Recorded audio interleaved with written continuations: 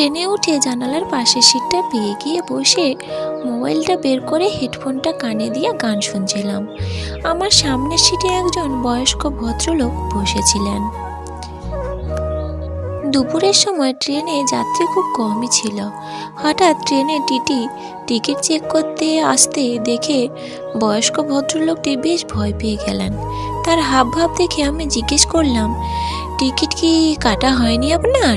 ভদ্রলোকটি খুব শান্ত স্বরে বললেন, ট্রেন স্টেশনে ঢুকে যাওয়ায় টিকিট কাটার সময় পাইনি, আর আমার কাছে ফাইন দেওয়ার মতো টাকাও নেই।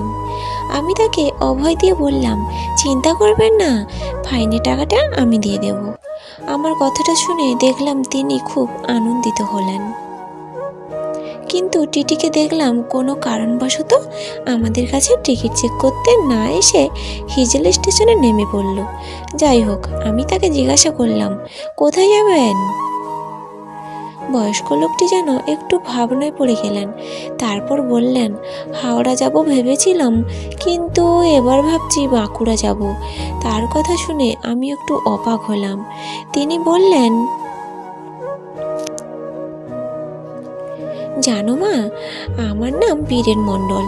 আমি একটা কোম্পানিতে কাজ করতাম।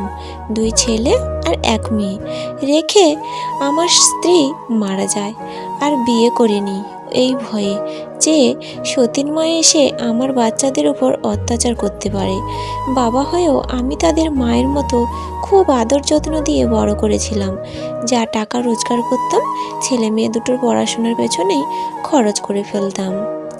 বড় ছেলে এখন স্কুল মাস্টার আর ছোট ছেলে ইঞ্জিনিয়ার।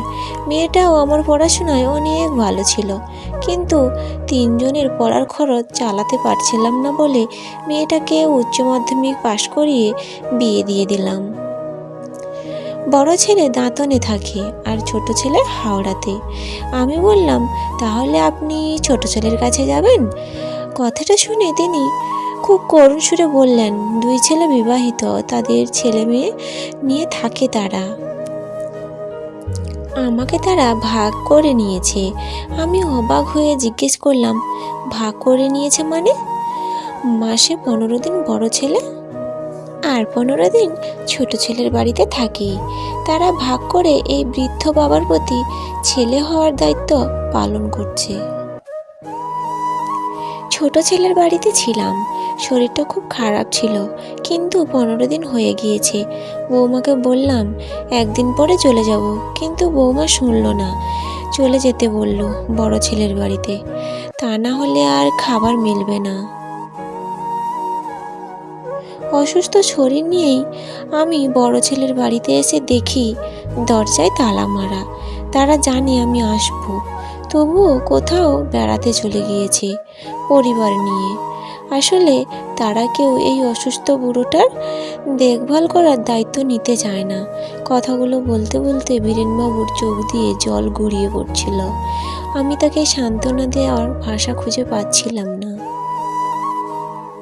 তিনি কাঁদতে কাঁদতে দুঃখ প্রকাশ করে বললেন, ছেলে দুটোর পরিবর্তে মেয়েটাকে যদি উচ্চ শিক্ষায় শিক্ষিত করতাম তাহলে খুব ভালো হতো। মেয়ে বাঁকুড়াতে থাকে, জামাইয়ের একটা ভুসিমালের দোকান রয়েছে। আর্থিক অবস্থা ভালো নয়। মেয়ে আমার অঙ্গনারীতে একটা কাজ করে। অনেকবার ডেকেছে, বাবা তুমি আমাদের বাড়িতে এসে থাকো। কি করি বলো, ছেলে থাকতে মেয়ের বাড়িতে গিয়ে থাকা সমাজ কি ভালো চোখে নেবে? তবুও মেয়ের বাড়িতেই যাব ভাবছি। আমার কাছে ভালো খাওয়া দাওয়ার চেয়ে একটু ভালোবাসাই অনেক বেশি মূল্যবান। মেয়ের কাছে গিয়ে তার কাছে ক্ষমা চাইব প্রথমে। তার ভাইদের পড়াশোনার খরচ চালানোর জন্য তার পড়াশোনা বন্ধ করে দিয়ে তার জীবনের স্বপ্নগুলো ধ্বংস করে দিয়েছি। তখন ভাবতাম মেয়েরা তো বিয়ে হয়ে শ্বশুর বাড়ি চলে যাবে, বুড়ো বয়সে দেখাশোনা তো ছেলেরাই করবে। তাই মেয়েকে আর পড়ালাম না, তার স্বপ্নগুলো ধ্বংস করে দিয়েছিলাম। বীরেনবাবুর কথাগুলো শুনে খুব কষ্ট হচ্ছিল। মনে মনে বললাম, সত্যিই তো একই বাবা মায়ের ছেলে, এবং মেয়ে সন্তানের প্রতি ভেদ ভাবনা কেনই বা সমাজের কিছু মানুষ মেয়েদের স্বাবলম্বী হওয়াকে গুরুত্বহীন মনে করে? আজ বীরেনবাবুর মেয়ের কথাই বলুন, শেষ বয়সে তো সেই মেয়েই তো বাবাকে কাছে রাখলো, তাই না?